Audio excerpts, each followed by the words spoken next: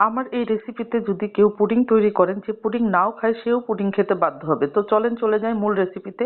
এখানে আমি একটা প্যানে 1 লিটার দুধ নিয়ে নিয়েছি। দিয়ে দিব কিছু পরিমাণ গুঁড়ো দুধ। গুঁড়ো দুধগুলো দিয়ে ভালো করে মিশিয়ে নিব। এখন একটা এলাচ দিয়ে দিব ফাটিয়ে। এখন দিয়ে দিব কিছু পরিমাণ কনডেন্স মিল্ক, মানে হাফ কৌটা কনডেন্স মিল্ক আমি এখানে ইউজ করেছি। আর এটাকে ভালো করে দুধের সাথে মিলিয়ে দিব। আর এখন দিয়ে দিব পরিমাণ মতো চিনি, যে যেরকম মিষ্টি খাবেন সেই পরিমাণে চিনি ইউজ করবেন। তো এটাকে ভালো করে নেড়ে চেড়ে ফুটে আসা পর্যন্ত অপেক্ষা করব, এবং যতক্ষণ পর্যন্ত এটা কমে না যায় ততক্ষণ পর্যন্ত এটাকে ফুটাবো।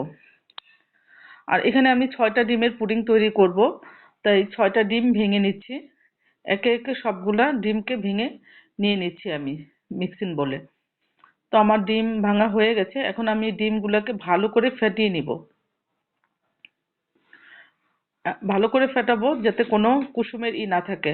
আর এখানে আমি অল্প পরিমাণে ভ্যানিলা এসেন্স ইউজ করেছি। আর এখানে আমি ক্যারামেল বানাবো, তাই এখানে একটু পানি দিয়ে চিনি দিয়ে দিলাম। আর এটাকে এই ব্রাউন কালার হওয়া পর্যন্ত অপেক্ষা করলাম। তো পাত্রে ঢেলে দিয়েছি চারদিক ঘুরিয়ে। আর ডিমের মধ্যে আমি আগে থেকে ঘন করে রাখা দুধটাকে ঢেলে দিলাম। ঢেলে দিয়ে এটাকে ভালো করে মিক্সড করতে হবে দুধের সাথে। ডিম আর দুধ ভালো করে মিক্সড হয়ে গেলে এখন আমি পুডিং এর পাত্রে ঢেলে দিলাম।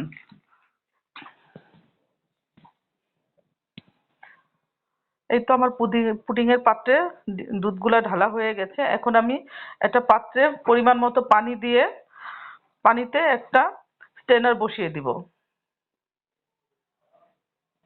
এটার উপরে আমি এখন পুডিং রাখা আহ, পাত্রটা বসিয়ে দিব, বাটিটা ভালো করে ঢেকে দিব। এখন ঢেকে দিয়ে এটাকে আমি 30-40 মিনিটের জন্য চুলায় বসিয়ে রাখবো। এই তো আমি এখন নামিয়ে ঠান্ডা করে নিয়েছি। আমার পুডিং রেডি। এটাকে আমি এখন বাটিতে ঢেলে নিব।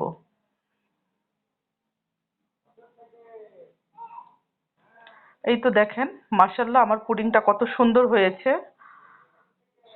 দেখতেও যেরকম সুন্দর হয়েছে, খেতেও অনেক মজা হয়েছিল। আমার পুডিং রেডি। আমার ভিডিওটি যদি ভালো লেগে থাকে অবশ্যই আমার পেজটিকে লাইক, কমেন্টস এবং শেয়ার করে দিবেন। আমার ভিডিও শেয়ার করে দিবেন এবং কমেন্টস করবেন।